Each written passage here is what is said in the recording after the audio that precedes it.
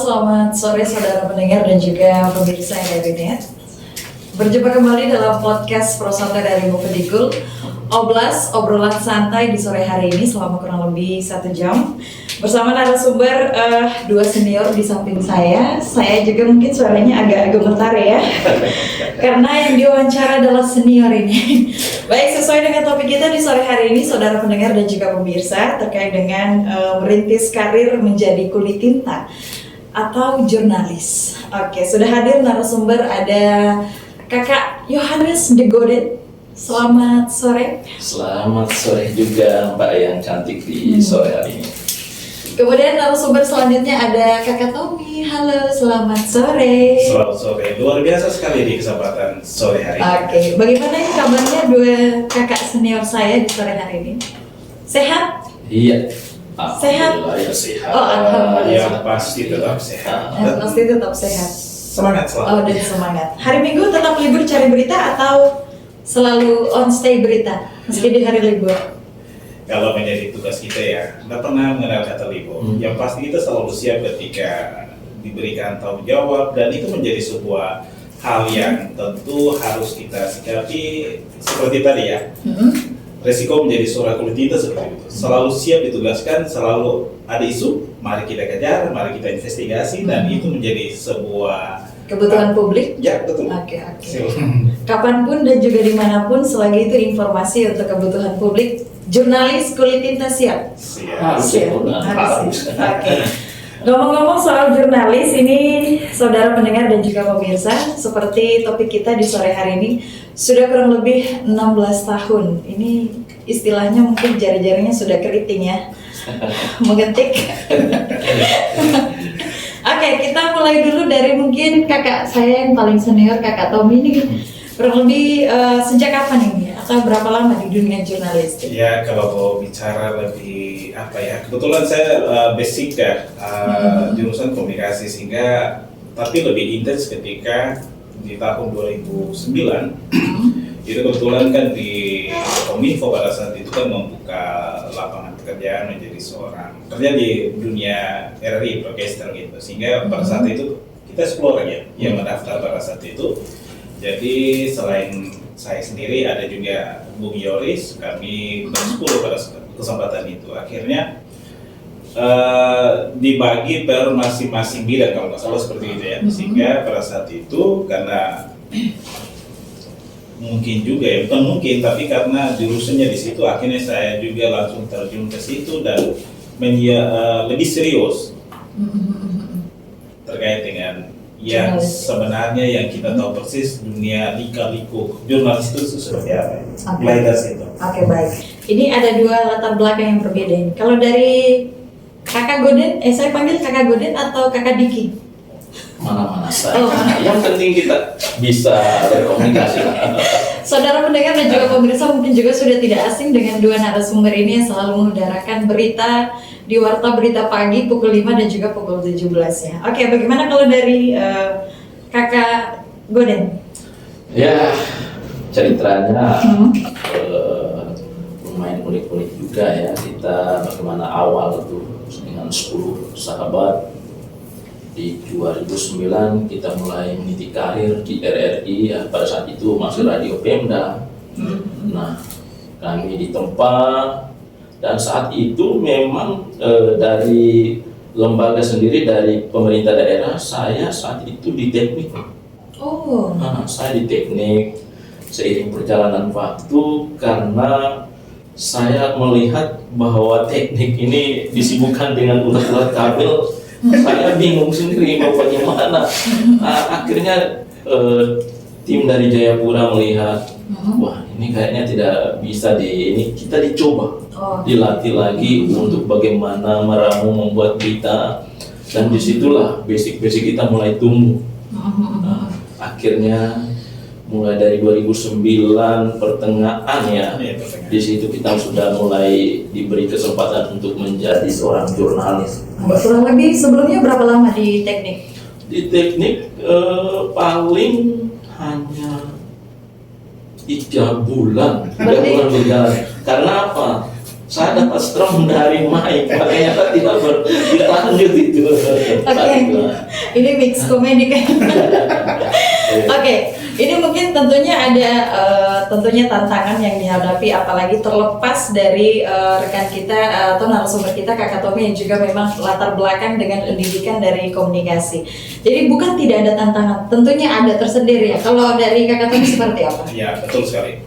Nah, ketika dibilang, memang betul, saya memang basic komunikasi, tapi kan bidang kajian bukan jurnalistik. Oh. Saya lebih cenderung ke bagaimana tuh humas, public relation. PR. Sehingga ketika masuk di jurnalistik, memang itu kita belajar dari awal. Walaupun teori kita sudah pelajari, tapi prakteknya ini yang belum. Sehingga itu yang menjadi tantangan, menjadi pekerjaan rumah, menjadi sebuah sebuah PR yang harus kami sikapi secara serius. Nah, waktu itu kebetulan seperti yang dijabarkan oleh Bung Yoris tadi, bahwa waktu itu instruktur dari Jayapura, mereka datang menempa kami pada saat itu. Kebetulan saya dengan Bung Diki yang lebih intens.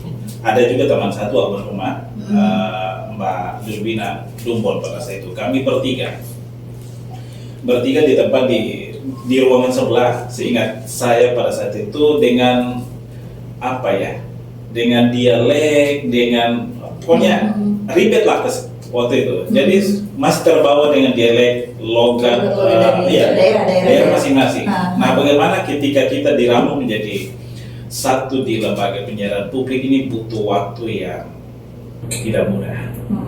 Bagaimana kita saling menyelami satu sama lain, teman-teman yang ada pada saat itu memang, tapi yang membuat kami kuat pada saat itu, walaupun kami terbatas dari segi personil, tapi kekuatan kebersamaan itu sangat luar biasa. Bahkan sampai sekarang ada teman-teman kami yang sudah tidak di RRI lagi, tapi masih saling menyapa, saling komunikasi terkait bagaimana tugas kita. Karena yang masih bertahan saat ini kan cuma kami bertiga, Kak Tommy sendiri dengan Bung Yoris dengan Kakak Domin yang sampai saat ini masih ada dan masih bertahan untuk RRI, dan itu tantangan yang luar biasa kami hadapi. Dan pada saat itu memang diuji bagaimana cara buat berita. Bahkan pada saat itu seingat saya senior kami, mantan atasan kita juga Pak Bambang, itu sampai minta maaf dengan nada-nada kasar, bahkan merabik hasil karya kami. Dan itu kami menerima. Tidak pernah mau bilang mundur kah, tidak pernah marah. Karena itu sudah menjadi pilihan yang harus kami harus kami ikuti pada saat itu. Karena kami berpikir begini, inilah nasi kami. Iya kan? Sehingga kendati itu susah, kendati itu seperti suka duka dibilang tadi, 16 tahun itu bukan perkara gampang, apalagi awal-awal itu. Betul. Nanti ditambah begitu. Oke. Ini kalau dari Kakak Tommy yang juga mungkin memang punya latar belakang pendidikan dari bidang jurnalistik istilahnya. Kalau dari Kakak Goden ini setahu saya dari Flores ya. Kita samain. Bagaimana? Iya, kalau Kakak Tommy memang latar belakangnya sudah oke dari jurusannya. Tapi tidak kalah power sebenarnya. Sebenarnya intinya kalau ada niat dan tekad pasti itu kita bisa. Apa sih yang bisa? Allah bisa karena biasa kan. Nah, jadi latar belakang saya sebenarnya ya tamatan SMA. Saya saat itu pariwisata. Pariwisata, oh berarti suka ketemu bule-bule ya? Ya, betul. Jadi ya namanya jalan Tuhan juga, kita tidak tahu kemana arah hidup kita sudah ditentukan. Jadi saat itu dengan latar belakang kami yang berbeda-beda dari 10 ini, saya juga saat itu tidak tahu kemana arah saya ini. Tapi seiring perkembangan waktu, saya masuk di dunia jurnalis itu merupakan satu tantangan bagi saya.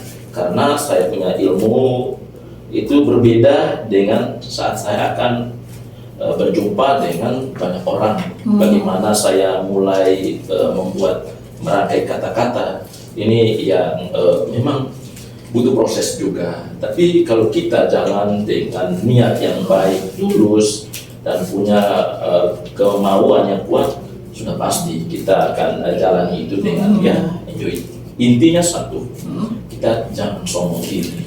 Oke, baik. Jadi pintar merangkai kata-kata, Ya. bukan kata-kata gombal ya? Jangan, jangan. kalau gombal bahaya. Oke. Nah, Ya. saya mau mencuri ilmu nih. Skill apa sebenarnya yang perlu diterapkan oleh para jurnalis di luar sana? Terlepas dari memang tidak harus selalu punya pendidikan atau latar belakang pendidikan jurnalistik seperti apa? Nah, Kakak dulu ini deh. dia. Pertama ya, kita harus banyak membaca dulu. Oke. Orang bilang ya membaca untuk apa? Tetapi dengan membaca kita akan mengetahui tentang dunia. Jadi dari sana kita harus banyak membaca, banyak juga mendengar dan melihat situasi di luar bagaimana. Misalnya suatu situasi yang harus kita nanti liput di situ, kita harus tahu dulu ceritanya ini sampai peristiwa ini terjadi itu kita harus tahu banyak. Ke belakang kita harus cari tahu ini apa sih sebenarnya dari peristiwa ini terjadi. Membaca jadi banyak-banyak bertanya juga. Jadi jangan kita menganggap diri sudah tahu segalanya, jangan. Itu intinya sih seperti itu. Kalau soal menulisnya mungkin coba-coba merangkai atau bagaimana? Kalau untuk menulis sendiri itu kita harus perlu belajar banyak. Itu tadi dari membaca. Membaca bukan berarti kita hanya membaca cerita yang itu, tetapi kita ambil dari berbagai media. Nah, kita kan sudah masuk ke jurnalis ini. Jadi media cetak itu dulu itu masih dengan media cetak, cara penulisannya seperti ini. Terus bagaimana kita komunikasi baik dengan para senior kita yang lebih tinggi dari kita, bagaimana ini Pak. Nah ini bertanya itu penting. Jangan kita menganggap diri bahwa saya ini seorang jurnalis, kita sudah lupa yang ke bawah, tidak. Kita harus bertanya kepada siapa saja, itu sih intinya. Oke, baik. Nah, ini dari tahun 2009, intinya mau belajar ya kalau Iya. jadi seorang jurnalis itu. Kalau dari tahun 2009 sampai sekarang ini kurang lebih 2009 masih padam-padamnya lampu ya, kurang lebih di tanah merah. Itu Iya. kondisi. Jadi yang mau ditanyakan adalah tantangan mungkin mencari berita waktu di tahun 2009 kemarin sampai saat ini seperti apa? Mungkin kemarin 2009 cari beritanya mungkin narasumbernya bagaimana atau sekarang seperti apa? Silakan Kakak Taufik dulu. Luar biasa, ini pertanyaan yang cukup menjebak kami ya. Karena pertama gini, nah waktu itu ketika ditugaskan pertama kali ya, kita ditugaskan untuk turun lapangan. Nah waktu itu pas momen 17-an kalau tidak salah waktu itu.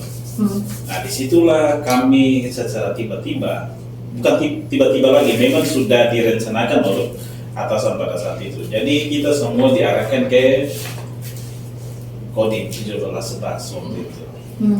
Disitulah pas sementara senior-senior bincang, ayo masuk. Itu tanpa ada persiapan, suka atau tidak suka, dan kesempatan itu harus mengolah kata, merangkai kata mulai pada saat itu. Suka atau tidak suka, itu tantangan yang luar biasa kami hadapi saat itu. Sampai kami pegang kertas saja itu gugupnya minta, kalau mau jujur, kalau ibarat mic ini mungkin kalau kertas mungkin sudah rapek atau gimana, sampai tangan ini yang kemarin-kemarin panas terik, Keren. kering nggak? Jadi itu memang ketika disuruh untuk, nah setelah itu baru disuruh untuk kejar berita. Nah itu menjadi bagaimana ya, pertama kali untuk pergi wawancara orang, aduh kita mau tanya dari mana ini, bingung. Betul. Terus poin apa yang nanti kita angkat? Nanti sudah kita kembali cakar-cakar di kertas, sudah cocok atau belum. Tapi yang membuat kami waktu itu untuk belajar dan terus belajar adalah bagaimana kerendahan hati. Kerendahan hati untuk tidak menganggap diri kita untuk selalu bilang kita pintar karena kita seorang wartawan, enggak. Tapi bagaimana kita bersikap rendah hati untuk kita menimba ilmu dari siapa saja, nah sumber siapa saja, untuk bagaimana mereka memberikan masukan. Ya kita awal-awal memang salah banyak, tapi itu sebuah pengalaman yang harus kita syukuri dan harus kita timba dan harus kita kembangkan. Sehingga ya seperti tadi dijelaskan di awal bahwa ketika hasil karya kami dilihat tidak panik waktu itu, langsung dirangkai tindakan kami.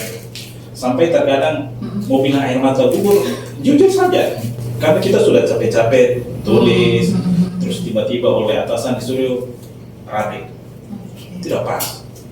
Oh ini sekolah tinggi baru kenapa bisa jadi begini? Karena memang harus kita akui bahwa latar belakang pendidikan kendati di situ, tapi kan jurusan yang ditekuni bukan di situ. Itu yang menjadi apa ya? Menjadi sebuah motivasi bagi kami untuk terus bagaimana kita bisa melihat hal-hal yang lain. Nah waktu itu, ini sekarang kan dulu kan belum ada internet ya, sehingga kami terkadang waktu itu meminta naskah berita dari Merauke.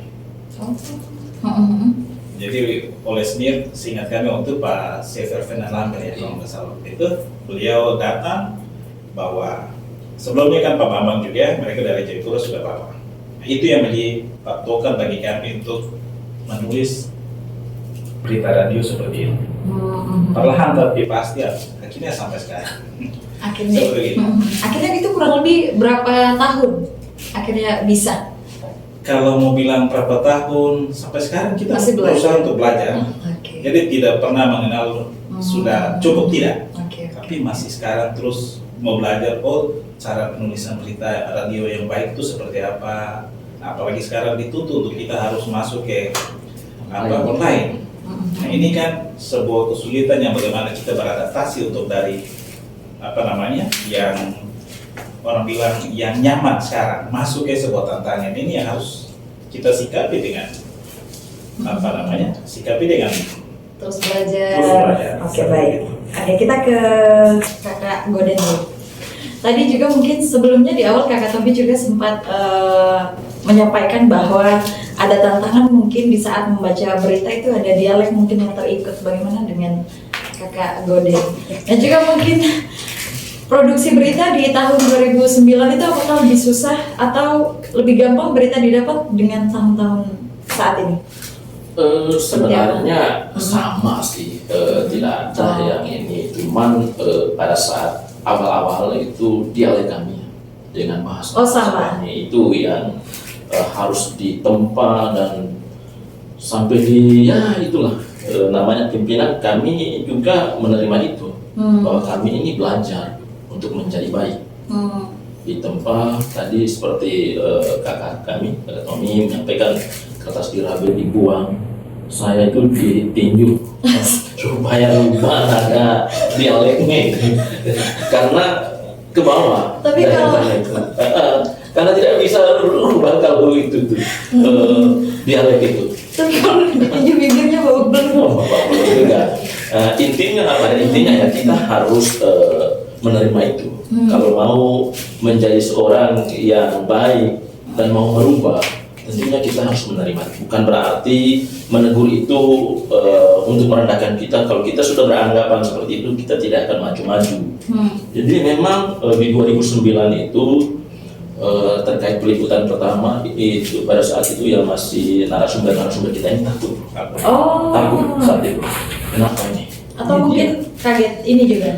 Ya kaget sih, kaget karena pertama kali media kan RRI Radio Pemda kan itu ya.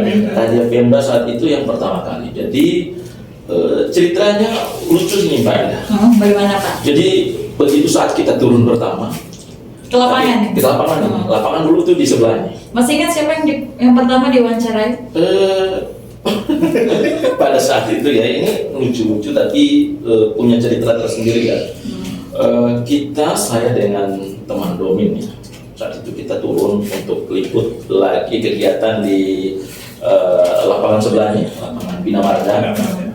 Kita disuruh, sekarang juga kalian pergi liput, tangkaplah kami narasumbernya. Narasumber kita itu dia mau diculik. Ya, karena kami pada saat itu tidak tahu, karena kamu pergi cari narasumber, tangkap dia, bawa ke pojok, baru wawancara. Kita pergi sampai di sana, tangkap, bawa berteriak lagi. Pada saat itu ya berteriak lagi. Tapi ya ini suatu cerita ya. Memang dari situ kami mulai kembali di. Mungkin tidak ada basa-basi di awal. Tidak ada. Jadi karena kamu pergi tangkap narasumber dan wawancara, ya sudah. Kami dengan polos-polos dengan kami saat itu sudah kami tangkap, pegang tangan ini, tarik ke pojok. Maksudnya apa ini berteriak? Kalau di sana setelah itu kami kembali Pak, narasumber pada tidak mau. Kamu bagaimana sampai di sana? Mereka kan tangkap langsung pergi ke pojok. Oh caranya bukan seperti itu. Oh dari sana kami belajar. Oh jadi cara menjadi seorang jurnalis itu di kala itu memang kami masih belum paham. Tekniknya belum tahu. Jadi kami langsung turun saja nih. Jadi ya setelah diberi pemahaman yang baik oleh para senior di Jayapura, secara teknik-teknik setelah itu mulai besoknya kami sudah mulai melatih di lapangan. Dari situ bagaimana kita belajar sifat karakter seorang narasumber, di situ harus kita banyak pelajari. Setelah kami di awal tadi yang tarik langsung jalan itu bahaya. Jadi dari sanalah kami mulai belajar perlahan-lahan hingga dengan saat ini. Jadi ya ada seni-seni sedap. Jadi bukan hanya teknik penulisan yang diajarkan, jadi bagaimana pendekatan dengan narasumber, bukan datang langsung tangkap. Ya, itu di awalnya seperti itu sih.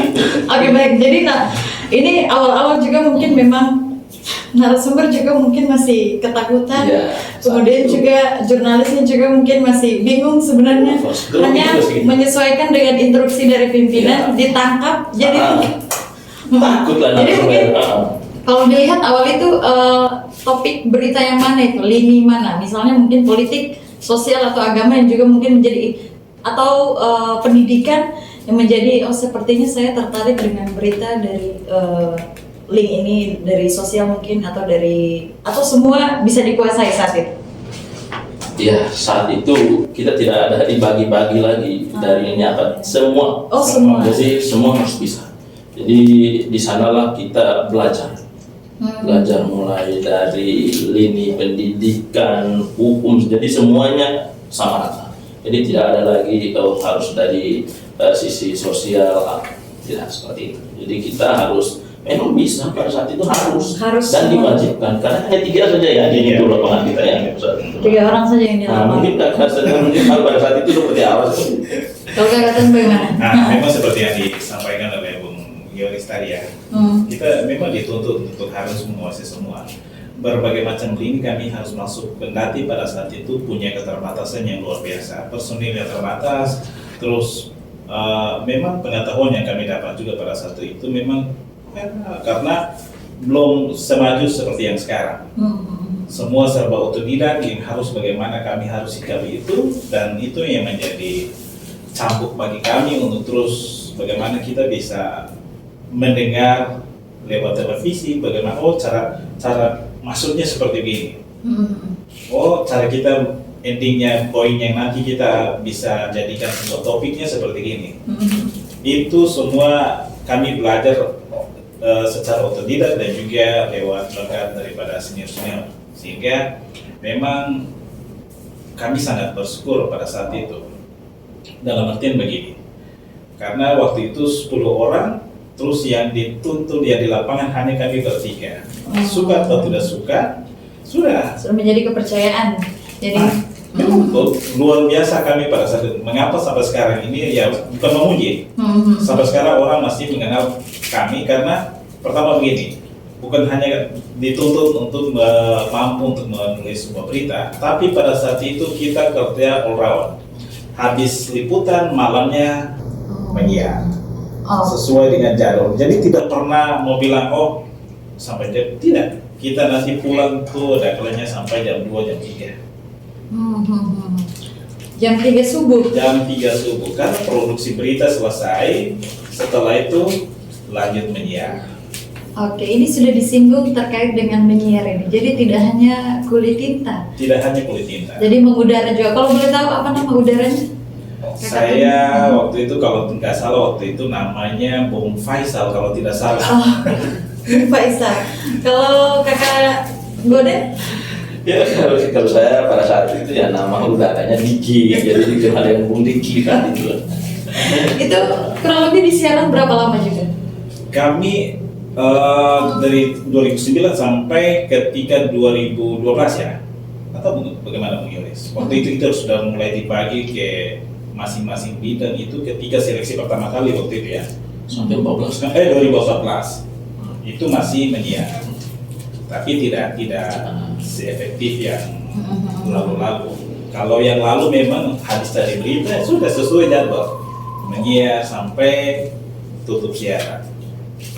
Jadi itulah seni-seni kenapa sampai dituntut harus menguasai semua, karena itu sudah menjadi menjadi sebuah campur bagi kami untuk bisa menguasai yang namanya itu, kita kata di era ini kan ibarat sebuah pekerjaan yang menuntut kita mengenal semua. Kita ibarat artis.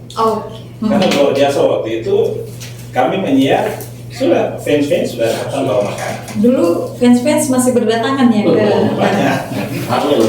mungkin pendengar juga yang saat ini sedang mendengarkan siaran kami mungkin pernah atau menjadi fans Bung Diki atau Bung Faisal pada masa itu.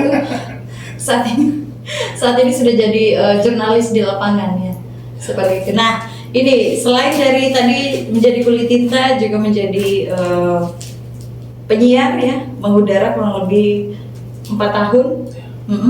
Kalau boleh tahu ini role modelnya siapa ini? Mungkin orang yang menjadi yang memotivasi.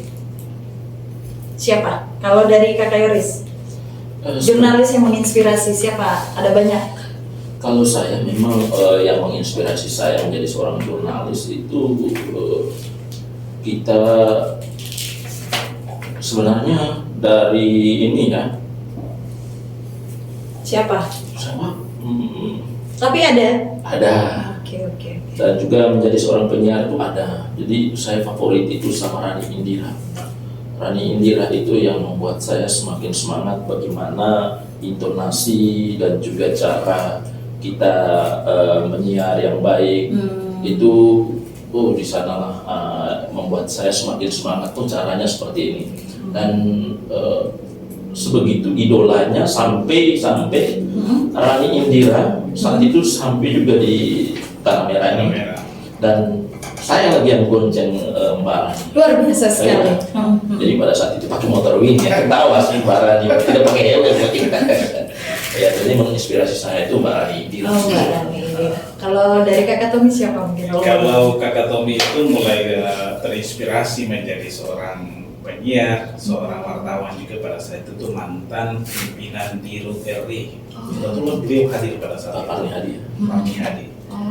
Beliau dari segi suaranya luar biasa. Terus dari segi bagaimana memotivasi dan bagaimana beliau sempat waktu itu datang untuk menyiar juga pada saat itu. Tapi menyiarnya bukan di dalam, di luar pada saat itu luar biasa sekali. Akhirnya kami ya tertariklah di situ untuk terus menekuni. Ya namanya kita kerja di RRI itu seperti apa? Karena kita punya keunggulan adalah bagaimana suara kita itu yang tidak dimiliki oleh yang lain. Seperti begitu. Sebentar sebelum ending, saya bisa mendengarkan mengudara menyapa pendengar.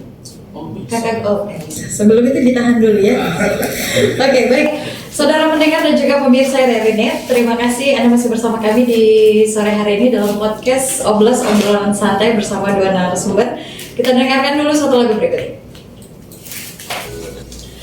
Baik saudara pendengar dan juga pemirsa RRI, Anda masih bersama kami dalam podcast obrolan santai di sore hari ini terkait dengan senior kulit tinta yang sudah kurang lebih 16 tahun menjelajahi dunia jurnalistik mungkin. Dan ini tadi juga kita sudah membahas banyak terkait dengan suka duka, kemudian juga mungkin tantangan menjadi seorang jurnalistik. Bagaimana tadi harus ada pendekatan juga mungkin dengan narasumber. Akhirnya memang narasumber ini menjadi yang utama seperti itu. Karena kita mau buat berita atas dasar apa kalau tidak ada hal yang disampaikan oleh narasumber. Ini sebelum kita memberikan juga tantangan, tadi Kakak Ina mendengar mengudara sore hari ini. Kakak Ina mau tanya dulu, enaknya jadi wartawan itu apa Kakak Yoris? Enaknya jadi wartawan itu? Wah, kalau jadi wartawan itu ya yang pertama kita akan mengenal banyak orang. Kedua, wawasan kita akan semakin luas. Di sanalah kita juga mendapat banyak teman, dikenal. Nah, seperti itu sih enaknya jadi wartawan. Tidak enaknya? Wah, kalau tidak enaknya, ya kita pada saat liputan pasti ada yang menolak kehadiran kita. Kedua, itu pernah dirasakan? Ya, kedua, kita juga terancam. Ya, apalagi kalau saat pesta-pesta demokrasi. Pernah punya pengalaman? Punya. Bisa diceritakan Ya, sedikit? jadi kalau tidak enaknya, seperti apa? ya saat itu memang ya dengan suasana politik di Bovendigul ini kita tidak bisa menebak seperti apa. Jadi pada prinsipnya, ya kala itu memang dari setiap partai menginginkan bahwa mereka harus bisa unggul. Bagaimana kita menjadi seorang jurnalis itu harus berimbang beritanya. Dari mana kita mendapat? Tapi mereka tidak akan tidak mau tahu itu. Dan mereka tahu saja bahwa mereka harus bisa disampaikan bahwa mereka harus di atas. Nah inilah menjadi satu tantangan buat kita, dan ya saat itu saya sempat juga mau dipanah, tapi karena bagaimana kedekatan kita, hubungan kita dengan pihak yang tidak menerima, karena kita sering berkomunikasi yang baik, mereka juga memahami itu. Jadi itu sih pada saat itu di 2005, 2009, 2010 ke atas ya, itu masih Memang mungkin masih belum paham. Oke, kalau Kakak Tommy mungkin ada pengalaman seperti apa selama di lapangan? Pengalaman yang menarik ketika kita berlomba-lomba untuk mengejar berita. Berlomba-lomba ketika ada isu, ya sudah kita mengejar. Kira-kira isu apa yang menarik, isu apa yang harus kita investigasi, itu yang pengalaman menarik. Pengalaman yang kurang menarik ketika kita pergi cari berita, tujuan untuk ketemu narasumber, misalnya dinas pendidikan atau siapa saja, sampai di tempat tujuan ternyata tidak ada, kecewanya minta ampun. Iya kan? Terus yang kedua, pengalaman yang menarik ya menjadi seorang wartawan adalah sebuah profesi yang mulia, karena terus terang dari semua profesi yang ada, profesi mana yang misalnya seorang bupati, tiba-tiba kita langsung bilang, Pak, minta izin sebentar, bisa minta waktu, suka atau tidak suka harus melayani kita. Itu yang membuat kami bangga di situ. Karena ya terus terang profesi lain tidak seperti yang dihadapi atau dijalani oleh kami para wartawan. Kendati ya minta maaf ya, bahwa mungkin jabatannya tinggi, tapi ketika kami memerlukan dia, mau dan tidak mau harus dia melayani kami untuk misalnya menyampaikan informasi, atau mungkin kami ingin bertanya, dia menjawab seperti apa ya. Itu yang menjadi luar biasanya di situ. Oke, baik. Nah, saudara pendengar dan juga pemirsa dari Net, berbicara soal jurnalistik ini memang istilahnya adalah menyebarkan informasi. Kakak Yoris dan juga Kakak Tommy, apa bedanya dengan pengguna media sosial di luar sana yang juga mungkin turut membagikan informasi dengan jurnalis, seperti apa? Dari Kakak Yoris. Iya, bedanya ya memang ada. Kalau kita jurnalis, pasti informasinya itu harus berimbang, dan keakuratan informasi juga harus bisa dipertanggungjawabkan. Itu intinya. Kalau dengan media-media sosial lain, siapapun boleh, selagi dia mau bermain jadinya di media sosial itu tidak seperti kita ya. Kalau kita jurnalis memang ada aturan-aturannya.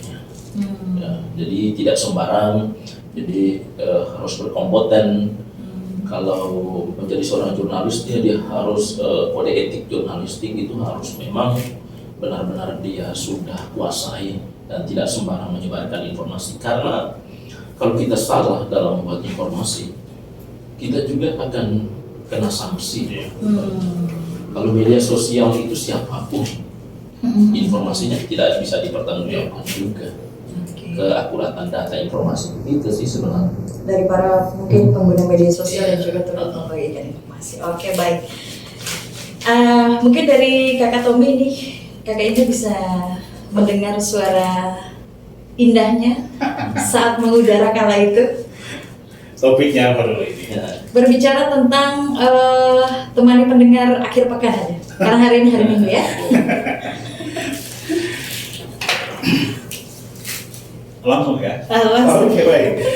Pendengar dimanapun Anda berada, sudah pukul 16 lewat 40 menit waktu Indonesia bagian Timur. Jumpa kembali bersama saya Tommy Aplen di acara sore hari ini, yakni Dunia Anak-anak. Semoga di kesempatan sore hari ini kita bisa tetap bersemangat, apalagi hari Minggu, hari liburnya buat keluarga dan juga aktivitas kita, sehingga tentunya kita menjadikan momen ini selalu bersama keluarga dan siapa saja.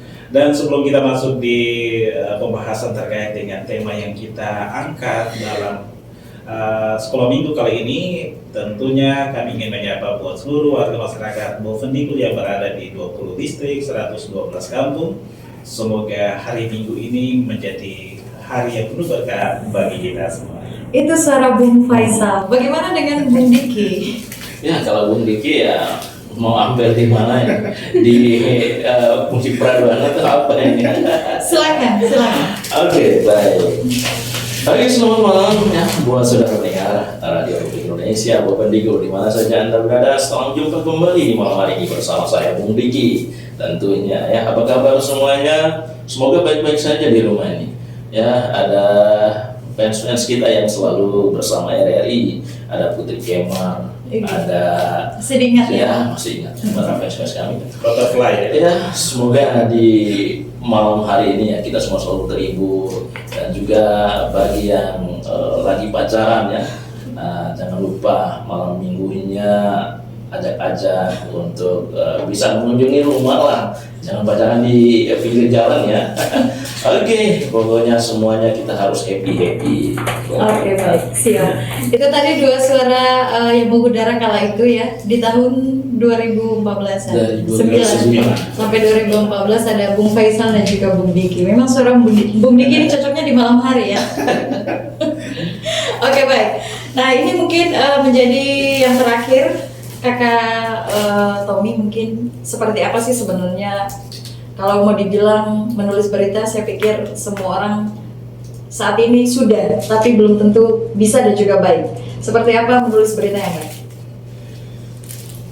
Tetap belajar dan tetap juga rendah hati dan juga bisa menimba ilmu dari siapa saja. Yang penting saling mendengar dan saling mencari ilmu, bukan hanya sebatas pada saat ini kita merasa puas, tapi terus mengejar kira-kira apa yang terbaik yang harus kita bisa suarakan atau bisa kita sebarkan buat publik. Itulah yang menjadi kata kunci ataupun pesan dari saya seperti itu.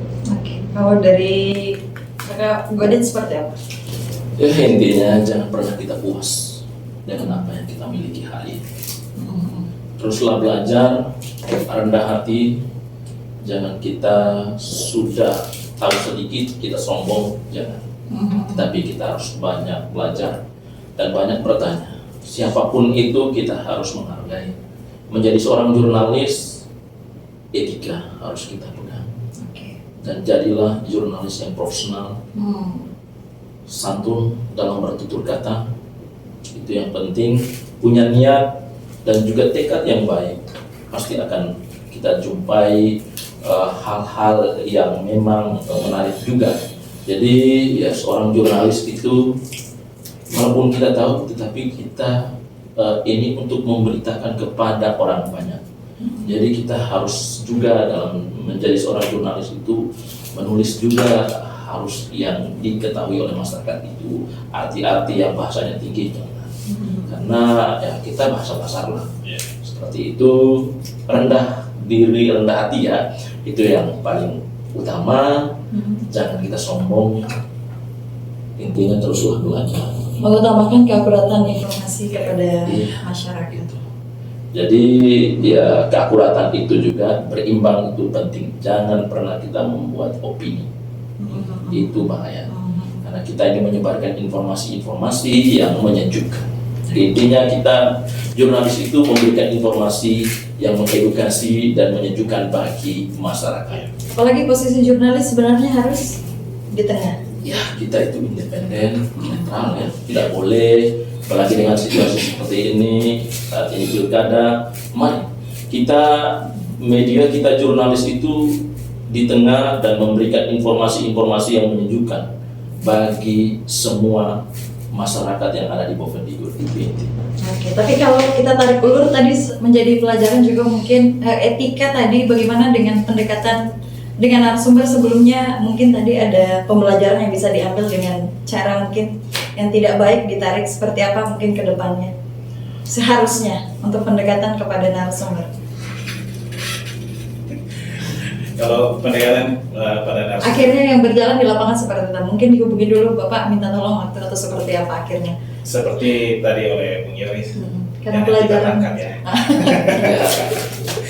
Tapi pertama-tama supaya kita bisa membangun sebuah hubungan yang baik, kita komunikasi duluan sehingga kan ketika apa yang ingin kita sampaikan atau menjadi tujuan kita kan bisa diterima dengan baik oleh narasumber sehingga memudahkan kita ketika kita bertanya atau melakukan sebuah peliputan di lapangan. Itulah sebenarnya. Jadi ada interaksi dua arah. Dua arah. Dan itu sangat penting dan harus kita lakukan. Komunikasi itu penting. Sebab misalnya kita secara tiba-tiba terus bertanya atau ingin ke narasumber tersebut sementara dia tidak siap, nanti kan repot buat kita. Dan ya yang pas tadi seperti dibilang, merugikan kita. Seperti itu. Oke, jadi dalam tanda kutip bukan mentang-mentang artis yang memang orang besar pun harus meluangkan waktu untuk jurnalis, tapi memang kita juga harus punya etika bagaimana melakukan pendekatan kepada narasumber, karena informasi yang kita bagikan juga kepada publik, kepada masyarakat itu dari apa yang mereka sampaikan. Oke, baik saudara pendengar dan juga pemirsa RRI ini, cukup sekian podcast di sore hari ini, obrolan santai Prosot RRI Bovendigul. Saya Indah dari pamit, selamat sore dan sampai jumpa.